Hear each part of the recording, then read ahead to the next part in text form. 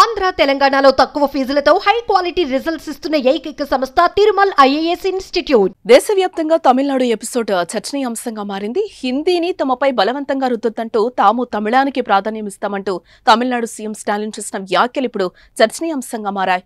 ఈ క్రమంలో ఈ అంశంపై AP deputy CM Pawan Kalyan Pithapuram చిత్రాడలో జరిగిన జనసేన పార్టీ ఆవిర్భావ సభలో ప్రస్తావించారు. ప్రస్తుతం కొందరు భాషా సంస్కృతిని తిడుతున్నారని, హిందీని రుద్దుతున్నారంటూ హడావిడి చేస్తున్నారని పరోక్షంగా తమిళనాడు అంశాన్ని ప్రస్తావించారు పవన్.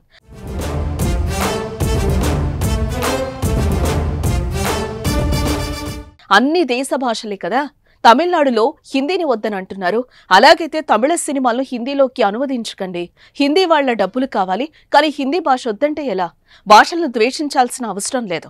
దేశానికి తమిళం సహా బహుళ భాషలు కావాలి.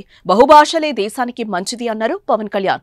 ఇక పవన్ హిందీ భాషపై చేసిన వ్యాఖ్యలపై సినీ నటుడు ప్రకాష్ రాజ్ ట్విట్టర్ వేదికగా కౌంటర్ ఇచ్చారు. మీ హిందీ భాషను మా మీద రుద్దకండి అని చెప్పడం ఇంకో భాషను ద్వేషించడం కాదు, స్వాభిమానంతో మా మాతృభాషను, మా తల్లిని కాపాడుకోవడం అని పవన్ కళ్యాణ్ గారికి ఎవరైనా చెప్పండి ప్లీజ్ అంటూ ప్రకాష్ రాజ్ ట్వీట్లో రాసుకొచ్చారు. ఇకపోతే పవన్ కళ్యాణ్ ప్రకాష్ రాజ్ కు మధ్య వైరం లేదు. నిజానికి బీజేపీ అంటే చాలు ప్రకాష్ రాజ్ కి అరికాలి మంట నెత్తికెక్కుతుంది. ఆయన ఎక్స్ ప్లాట్ఫామ్ లో చూస్తే బీజేపీని, ప్రధాని నరేంద్ర మోదీని విమర్శిస్తూ చేసే ట్వీట్లకు లెక్కే ఉండదు. అట్ ద సేమ్ టైం బీజేపీకి, జనసేన పార్టీకి మద్దతు తెలపడం ప్రకాష్ రాజ్ కి ఏ మాత్రం నచ్చడం లేదు. ఈ మధ్య కాలంలో వీళ్ళిద్దరి మధ్య పచ్చగడ్డి వేస్తే భగ్గుమరడానికి ఓ రకంగా ఇదే కారణం. జనసేన బీజేపీకి మద్దతిస్తామని ప్రకటించిన సమయంలో కూడా ప్రకాష్ రాజ్ గట్టిగానే విమర్శించారు. ఏకంగా ఊసరవెల్లి అంటూ పవన్ ని టార్గెట్ చేశారు.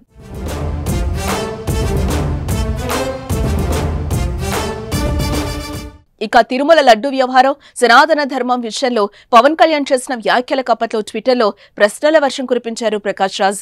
ఇప్పుడు తాజాగా పవన్ కళ్యాణ్ హిందీ భాష అంశంపై చేసిన వ్యాఖ్యలకు ప్రకాష్ రాజ్ కౌంటర్ ఇచ్చారు. చూడాలి మరి ప్రకాష్ రాజ్ ట్విట్టర్ కౌంటర్ కు జన సైనికులు ఎలా స్పందిస్తారు. మన తమిళనాడులో తమిళ్ హిందీ రాకూడదు అంటుంటే అన్ని దేశ భాషలే కదా. నాకు అనిపించింది మనసులో ఒకటే, అప్పుడు తమిళ సినిమాల్ని హిందీలోకి డబ్ చేయకండి.